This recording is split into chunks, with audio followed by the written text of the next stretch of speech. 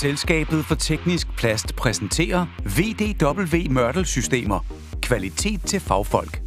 VDW 840 Plus. En komponent fugemørtel til fugning af overflader som havegange, huseindgangspartier og terrasser. Særligt velegnet til coatede og forseglede betonplader. Til professionel, hurtig og nem påføring af VDW 840 Plus fugemasse skal du bruge en vandtilslutning med en tilstrækkelig lang haveslange og en sprøjtepistol, også en gummiskraber med hård gummilæbe og en ren kokoskost. Du kan bestille alt værktøj fra GFTK og linkcompany.dk. Husk at bære handsker og sikkerhedsbriller ved påføring af fugemassen. For at opnå et optimalt resultat er det vigtigt, at afdækningsfladen er ren, og fugerne har den nødvendige bredde og dybde.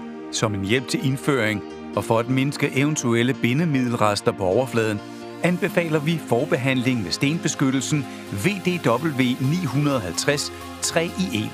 Især til sugende sten, som sprøjtes eller rulles på den rene og tørre overflade af belægningen. Stenbeskyttelsen beskytter i øvrigt også mod snavs i op til 2 år efter fugning. Åbn spandlåget og fjern den vakuumforseglede pose med fugemasse fra spanden. Skær posen op. I spanden er der ikke kun fugemassen, men også et hæfte på undersiden af låget, hvor du kan læse disse og andre tekniske detaljer og informationer om fugemassen. Fugt de områder, der skal fuges grundigt, indtil de er mættede, før fugemassen påføres. Dette forenkler fugning og forhindrer fugemassen i straks at klæbe til overfladen. Fugemassen hældes nu i portioner på den våde overflade. Den hårde gummiskraber bruges til at påføre fugemassen i fugerne og muligt diagonalt på samlingen. Fugemassens flydeevne opnås og vedligeholdes permanent ved at tilsætte vand med en vandsprøjtestråle.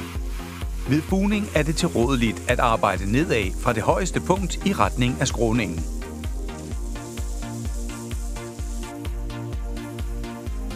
Rengør overskydende mørtelrester fra overfladen af belægningen med en vandspraystråle uden at udvaske fugerne. Gentag disse trin indtil al mørtlen er brugt. Den overskydende mørtel efter fjernelse renses straks af med vandsprøjtestrålen uden at udvaske fugerne. Det er vigtigt at sikre, at der renses i retning af områder, der endnu ikke er fuget, men som er forfugtet, og at stenoverfladen også er renset. Tilsæt skyllevandet, mens du gør dette.